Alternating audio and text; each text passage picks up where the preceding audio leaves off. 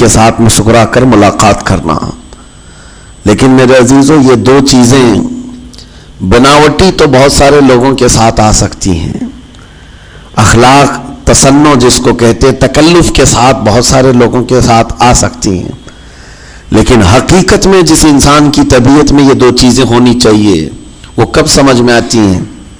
اس وقت جو مولا علی کرم اللہ وجہہ الکریم نے فرمایا کسی انسان کو اس کی حقیقت دیکھنا ہو تو غصے کے عالم میں اسے دیکھو.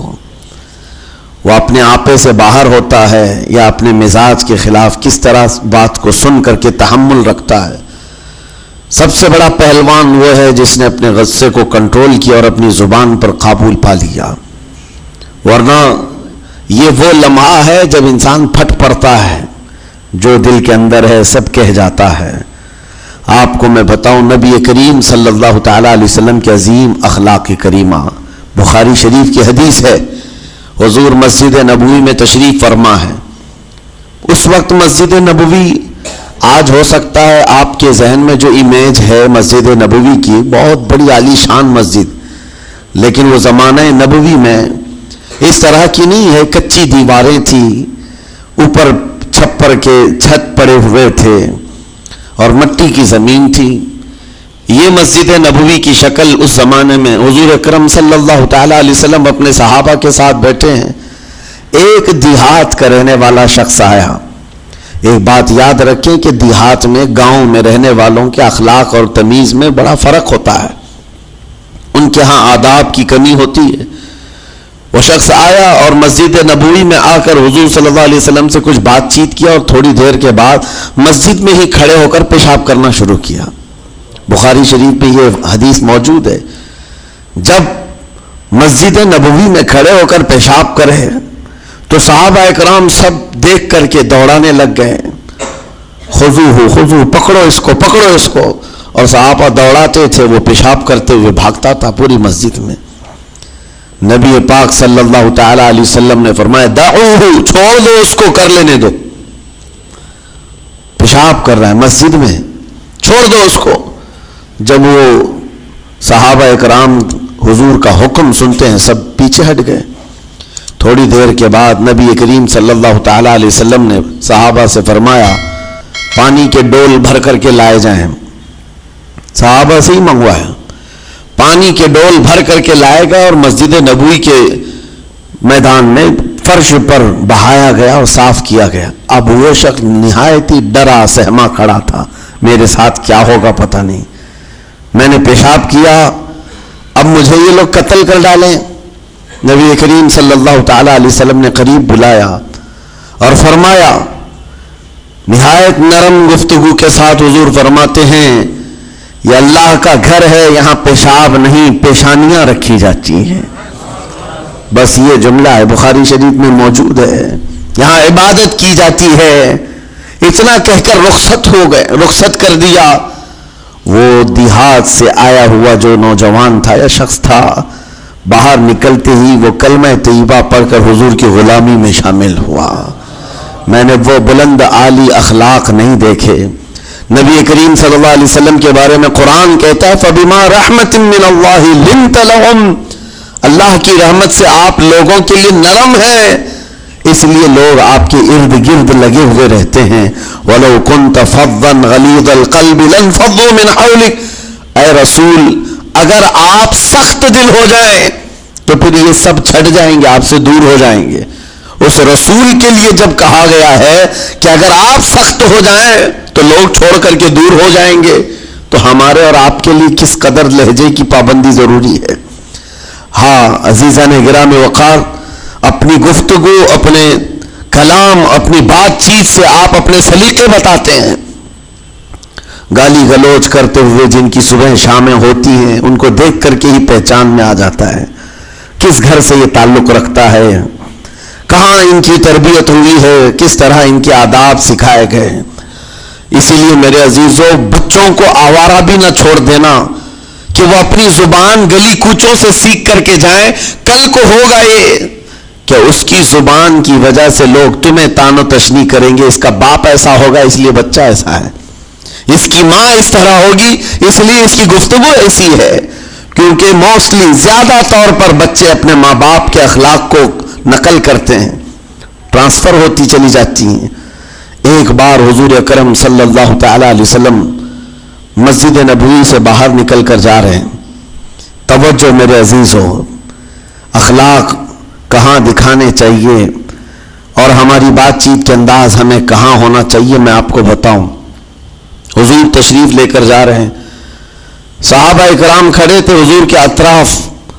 مدینہ طیبہ کی ایک بوڑھی خاتون جس کا ذہنی توازن کھویا ہوا ہے، یعنی وہ دماغی طور پر ڈسیبل ہے، اور وہ آئی جا رہی تھی۔ لوگ جب بھی اس کو دیکھتے راستہ کاٹ لیتے، وہ جس کو بھی پکڑتی تھی سنانا شروع کرتی تھی، جو منہ میں آئے بکنے لگ جائے، اور لوگوں کو تنگی محسوس ہونے لگتی۔ صحابہ نے دیکھا کہ یہ عورت آ رہی ہے، حضور کی طرف آ رہی ہے، سب نے حضور صلی اللہ علیہ وسلم کو گھیر لیا، اس کا راستہ روکنے کے لیے۔ اب آئے گی اور نبی کریم صلی اللہ علیہ وسلم کے پاس اگر زبان درازی کرنے لگ جائے، پاگل عورت ہے، اور بک بک کرنے لگ جائے، حضور پاک صلی اللہ علیہ وسلم کے ادب میں کہیں کمی نہ آ جائے۔ صحابہ کا یہ ہمیشہ اہتمام رہتا۔ حضور اکرم صلی اللہ علیہ وسلم نے دیکھا تو صحابہ سے کہا ہٹ جاؤ، اس کو آنے دو، ہٹ جاؤ، اس کا راستہ چھوڑ دو۔ صحابہ نے کہا یا رسول اللہ صلی اللہ علیہ وسلم، اس کا ذہنی توازن ٹھیک نہیں ہے، دماغی طور پر وہ عورت ٹھیک نہیں ہے، وہ آئے گی اور لمبی باتیں کرتی ہے، لا یعنی باتیں کرتی ہے، کہیں آپ کی شان پاک میں کوئی گستاخی نہ ہو جائے۔ صحابہ روک رہے تھے، حضور پاک صلی اللہ علیہ وسلم نے سختی سے فرمایا، ارشاد فرمایا ہٹ جاؤ، اس کا راستہ چھوڑ دو، مجھے پتا ہے پورے مدینے میں اس کی کوئی نہیں سنتا، میں بھی نہ سنوں تو کس کو سنائے گی، اگر میں بھی نہ سنوں تو وہ کس کو سنائے گی۔ یہ میرے مصطفیٰ کریم صلی اللہ تعالی علیہ وسلم کے دربار عالی جاہ کی وہ بلند اخلاق کریمانہ کی ایک مثال ہے، جس کو خود میرے آقا نے فرمایا بعثت لأتمم مکارم الاخلاق۔ عزیزان گرامی وقار، لوگوں کے آج حالات ایسے ہیں کہ اچھے لوگوں کے ساتھ اخلاق الگ دکھائے جاتے ہیں، چھوٹے لوگوں کے ساتھ اخلاق الگ دکھائے جاتے ہیں۔ سٹیٹس کا آدمی ہو تو اس کے ساتھ ملنے کے طریقے الگ ہیں، اور غریب کوئی آ جائے، فقیر کوئی آ جائے تو اس سے ملنے کا انداز الگ ہو جائے۔ یہ نہ ہو، یہ ہم سب کے لیے نصیحت ہے۔ اسی ممبئی کی سرزمین پر میں آپ کو بتاؤں، ایک ماہیم شریف میں بزرگ حاجی صاحب ہوا کرتے تھے، آج سے تقریباً 10-12 سال پہلے کی۔ وہ کئی لوگوں سے ایک سوال کرتے تھے پکڑ پکڑ کر کے کہ میرا ایک سوال ہے، آپ جواب دیں گے، میرا ایک سوال ہے۔ کئی علماء سے انہوں نے پوچھا، مجھ سے بھی انہوں نے، جب میں نیا تھا مصر سے پڑھ کر کے آیا تھا، میرے پاس آ کر کہا کافی سالوں سے میرے ذہن میں ایک سوال ہوتا ہے، میں آپ سے بھی پوچھنا چاہتا ہوں۔ کہا آپ بتائیے کیا ہے؟ کہا میں حضور سرکار مجاہد ملت رحمت اللہ علیہ کا مرید ہوں، علامہ حبیب الرحمان مجاہد ملت، رئیس اعظم اڑیسہ، جن کے خدمات جلیلہ آج ہو سکتا ہے نئی جنریشن کو نہ معلوم ہو، ان کا لقب ہے مجاہد ملت، جنہوں نے سنیت کی بقا کے لیے اپنا تن من دھن سب قربان کیا تھا۔ وہ مجاہد ملت عظیم بزرگ ولی کامل ہے۔ فرما یہ حاجی صاحب کہتے ہیں کہ میں ایک نارمل آدمی تھا، کڑیا تھا، یعنی گھر بنانے کا کام کرتا تھا۔ جب وہ ممبئی تشریف لاتے تو دوڑ کر کے ہر جگہ سے لوگ ملنے آتے، میں بھی گیا تھا، اور اس وقت میں جوان تھا۔ حضور مجاہد ملت رحمت اللہ علیہ کی بات وہ بتا رہے ہیں کہ لوگ لائن لگا کر کے مصافحہ کر رہے تھے، مل رہے تھے۔ جب مل رہے تھے تو پھر میرا نمبر آیا، میں ملنے کے لیے گیا۔ بزرگوں کے سب ہاتھ چومتے ہیں، یہ ہمارے سنیوں کے طریقے ہیں۔ ادب، علماء ذوی احترام کے ہاتھوں کا بوسہ لینا یہ مستحسن ہے، یہ ہمارے آداب میں سے، معمولات اہل سنت میں سے۔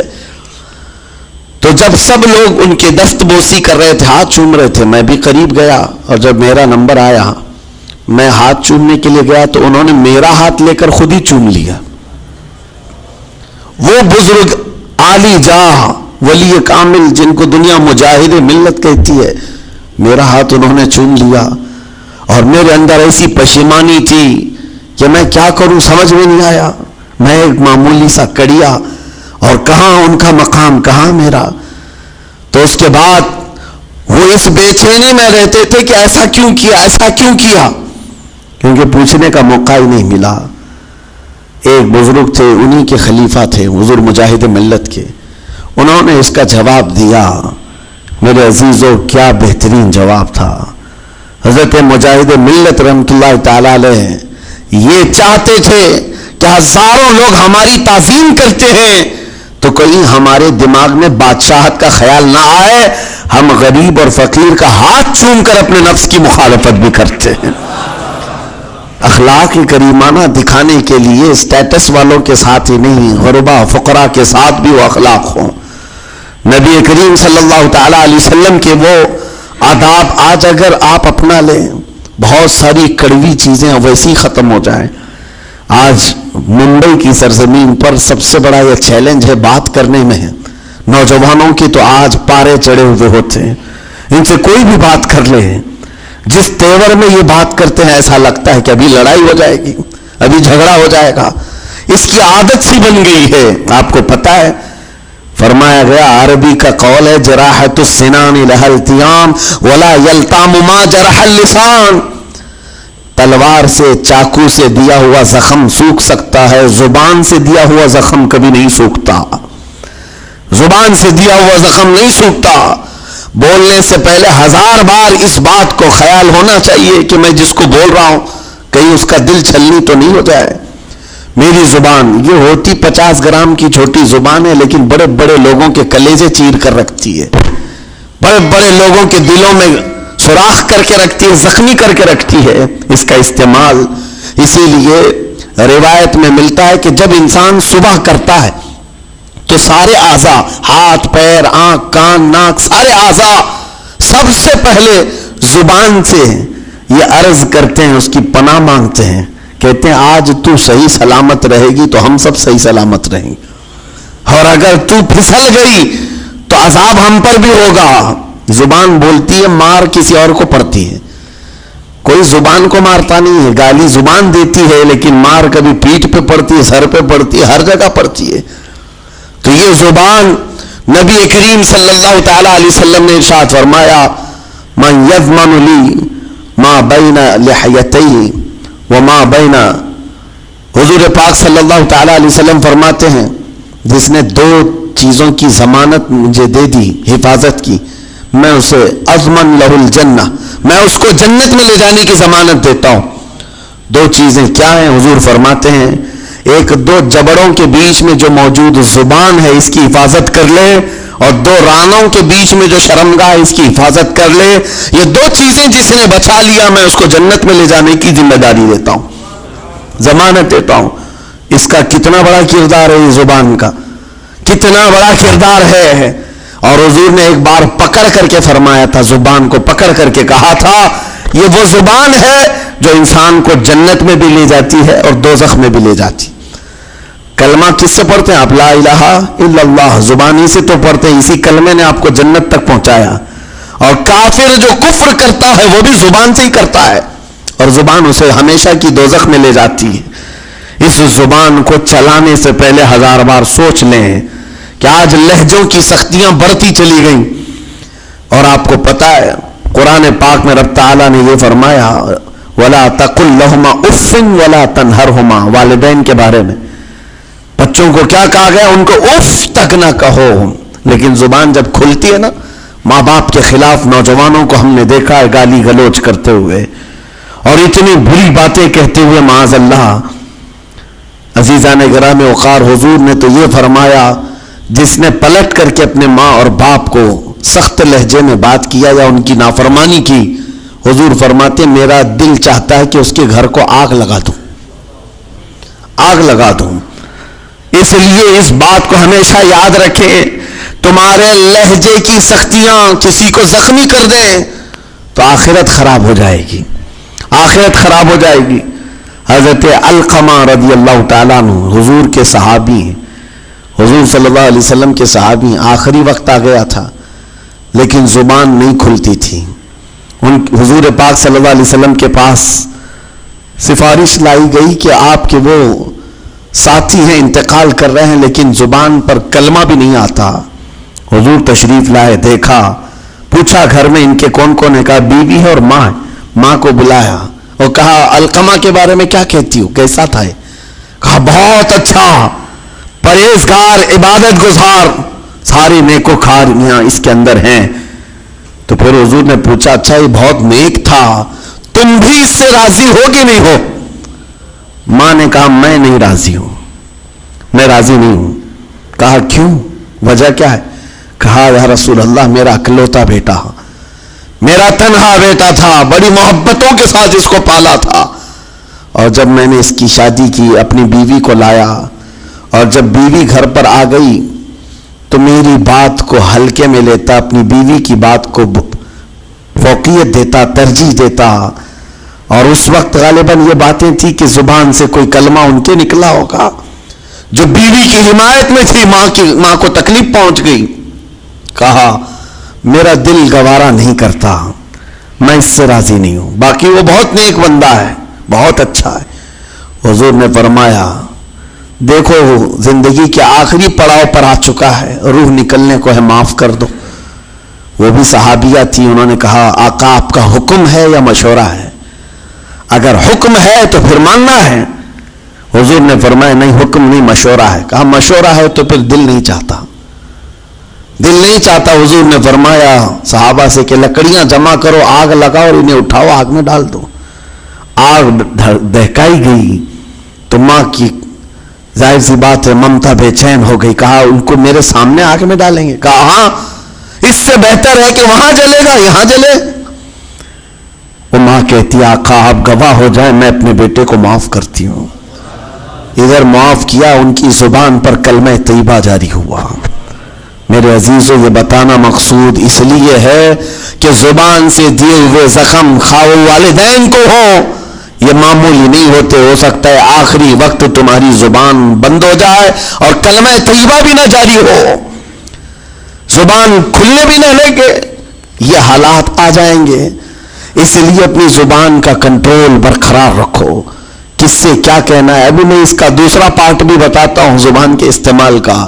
یہ نرمی لہجے کے اندر ہونا بہت ضروری ہے, لیکن کچھ جگہوں پر سختی کی اجازت ہے, لیکن وہ مقامات الگ ہیں. نرم لہجہ حضور پاک صلی اللہ تعالی علیہ وسلم کے فرامین میں سے ہے. ایک بات بڑی بغداد مقدسہ میں نے ایک ولی پاک کی زیارت کی, ان کے آستانے پر بھی میں ابھی بیان کیا تھا. حضرت بہلول دانا مجذوب بزرگ تھے اور بغداد کی گلیوں میں کہیں پر بھی بیٹھ جاتے تھے, اور جو جانکار سے وہ سمجھتے تھے اللہ والا بندہ ہے. مجذوب کس کو کہتے ہیں؟ جس کی یاد الہی میں عقل فنا ہو گئی, ختم ہو گئی, اللہ کے ذکر میں اور اللہ کی یاد میں اپنے آپ کو فنا کر دیا ہے. اس کے اوپر شریعت کا قلم نہیں. ظاہر سی بات ہے شریعت کے سارے احکام اس پر ہیں جس کی عقل سلامت ہے. عاقل ہو, بالغ ہو تو نماز فرض ہے نا, عقل ہی نہیں ہے تو وہ مجذوب ان اولیاء کو کہتے ہیں. لیکن ان کے بارے میں حدیث میں ہے, اللہ کے نبی نے فرمایا وہ ایسے بندے ہیں کہ اگر اللہ کو قسم دے دیں کسی بات کی, اللہ ان کی قسم پوری کرتا ہے. وہ بہلول دانا بیٹھے ہوئے تھے. بغداد کا ایک مشہور تاجر تھا, لیکن خستہ حال تھا, بہت نقصان اٹھا چکا تھا, خسارے میں چل رہا تھا, بزنس پورا لاس میں, اور وہ پریشان حال بہلول دانا کے پاس آیا, گڑ گڑایا, کہا کہ حضور مجھے بچا لیں, رحم کر لیں, میں تاجر ہوں, لٹ گیا ہوں, لاس میں ہوں, کچھ آپ فرما دیں, میں کیسے اس بھور سے نکلوں. بہلول دانا نے دیکھا, کہا ٹھیک ہے کچھ پیسے بچے؟ کہا ہاں ہے, وہ بس اتنا سرمایہ ہے کہ مال لیتا ہوں پھر بیچ دیتا ہوں, نفع نہیں ہوتا. بہلول دانا نے کہا ایک کام کر, کالا کپڑا جتنا ملتا ہے سب خرید لے, پورے شہر سے کالا کپڑا جہاں جہاں مل جائے سب لے کر اسٹاک کر لے. کہا جی حضور آپ نے جیسا فرمایا. گیا, جتنا سرمایہ تھا سب لگا دیا, کالا کپڑا خرید کر ایک جگہ اسٹاک کر دیا. اللہ والے کا حکم تھا, لیکن ہوا یہ کہ بغداد کا معمول تھا,